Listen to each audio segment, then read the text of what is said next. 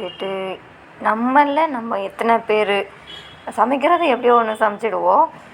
எல்லோரும் நம்ம க்ளீன் பண்ணணும் என்ற ஒரு விஷயத்தை நினச்சாலே எத்தனை பேருக்கு லோன்லியாக ஃபீல் ஆகும்னு சொல்லுங்கள். அப்புறம் இதில் வந்துட்டு நான் ஒரு 2 டிப்ஸ் வச்சுருக்கேன். அதையும் ஃபாலோ பண்ணுங்கள். உங்களுக்கு எல்லாேருக்கும் யூஸ்ஃபுல்லாக இருக்கும்னு நினைக்கிறேன். வாங்க பார்க்கலாம். நான் வந்துட்டு முன்னாடியே சொல்லியிருப்பேன் 2 டிப்ஸு சொல்கிறேன்னு சொல்லிவிட்டு. அந்த டிப்ஸு என்னென்னா, நம்ம வந்துட்டு இப்போ வேலை பண்ணணுன்ற டைமுக்கு நமக்கு போர் அடிக்கிற மாதிரி நம்ம மட்டும்தான் வேலை பண்ணணும் வீட்டில் நமக்கு கூட பேச யாரும் இல்லை.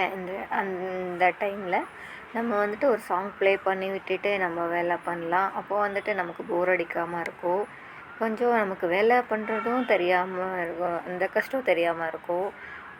ஸோ இதை ஃபாலோ பண்ணுங்கள். செகண்ட் டிப்ஸ் என்னென்னா, நீங்கள் சிங்கில் பாத்திரம் கழுவுறீங்க அந்த டைமில் நீங்கள் ஃபுல்லாக குமிச்சு வச்சுட்டு கழுவணும் ட்ரை பண்ணாதீங்க. சின்ன சின்ன பாத்திரம் செப்ரேட் பண்ணிவிடுங்க.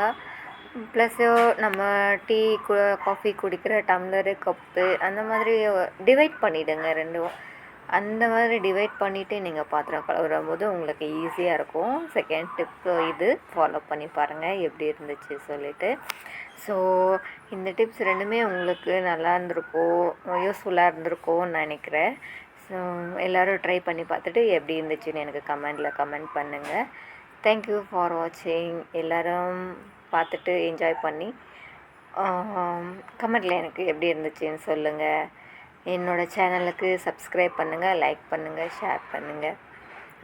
நான் இப்போது புதுசாக வீடியோ அப்லோட் பண்ணின்னு இருக்கிறதுனால என்னோடய வாய்ஸ் சேஞ்சாக இருக்கலாம்.